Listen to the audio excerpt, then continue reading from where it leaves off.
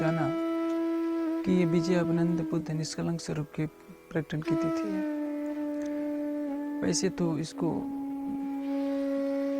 बहुत कम ही लोग, देखा जाए तो धार्मिक दृष्टि से जानते हैं। इस दिन एक जिज्ञासा होती है कि बुद्ध और विजयानंद बुद्ध क्या है। तारतम्यवाणी में यह बात दर्शाई गई है, विजयानंद बुद्ध जी और नेह कलंक का अवतार, वेदों का यह आखिर जमाने ये सिद्धांत। विजयानंद बुद्ध का अर्थ क्या होता है? ज्ञान का वह स्वरूप जिसका विजय हमेशा अभिनंदन करे। इस स्वरूप के बारे में कहा है कि धाम से लाई तारतम करी ब्रह्मांड में रुसराई। परब्रह्म की आह्लादनी शक्ति श्यामा जी के द्वारा तारतम ज्ञान का अवतरण हुआ और इसलिए इस स्वरूप को विजयानंद बुद्ध स्वरूप कहा गया। इनके अंदर जागृत बुद्धि विराजमान थी, जिसको कतीब की भाषा में असराफिल कहते हैं। वह जागृत बुद्धि जो अक्षर ब्रह्म की बुद्धि है और उस बुद्धि के द्वारा धर्म ग्रंथों के सारे रहस्य स्पष्ट होते हैं। अब प्रश्न यह है कि जब जागृत बुद्धि थी तो क्या इससे भी बड़ा कोई स्वरूप है जिसके साथ निष्कलंक शब्द जोड़ता है? क्या विजयानंद को निष्कलंक स्वरूप नहीं कहा जा सकता? निष्कलंक उसको कहते हैं जिसमें किसी भी तरह की अपूर्णता न हो।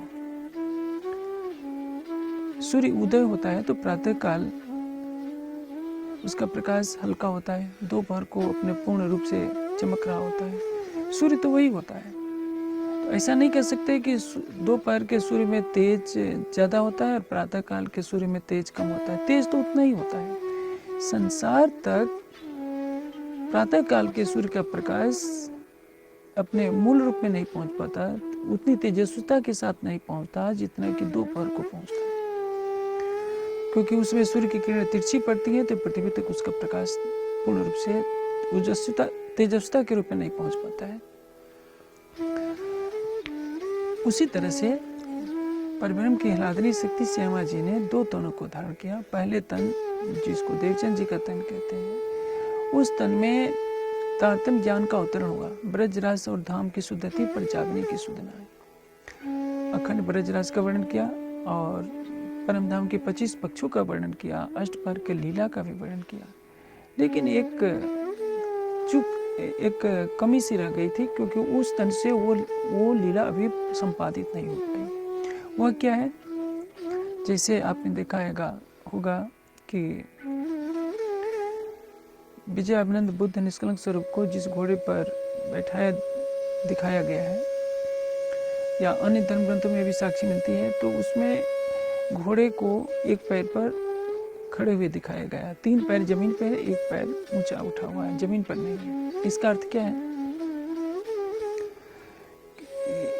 ऋग्वेद में ज्ञान है, यजुर्वेद में कर्म का वर्णन किया गया है कि मनुष्य को कैसे कर्म करना चाहिए ज्ञान को आधार बनाकर। सामवेद में उपासना कांड है। ज्ञान कर्म और उपासना से परे जो चौथा वेद है वो अथर्ववेद है। अथर्ववेद की तो व्याख्याएं होती रही हैं, 9 शाखाएं हैं इसकी।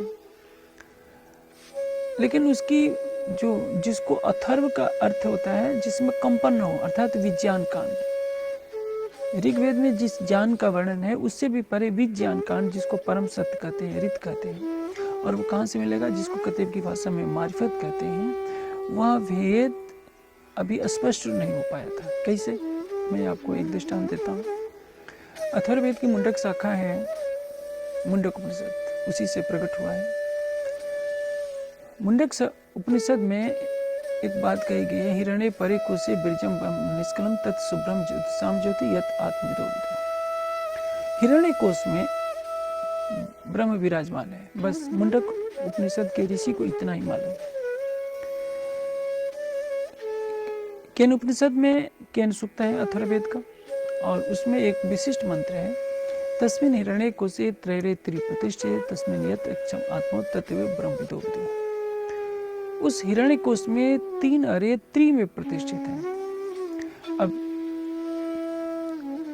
सदगुरु धनेश्वर चंद जी ने भी बता दिया कि चिदघन स्वरूप श्री राज जी हैं, उनके सतंग अक्षर ब्रह्म है, आनंदंग श्यामा जी है। इस मंत्र का भावार्थ क्या होता है? सतचित आनंद के त्रैत में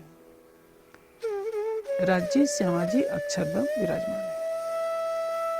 ये तो हो गया हकीकत का ज्ञान।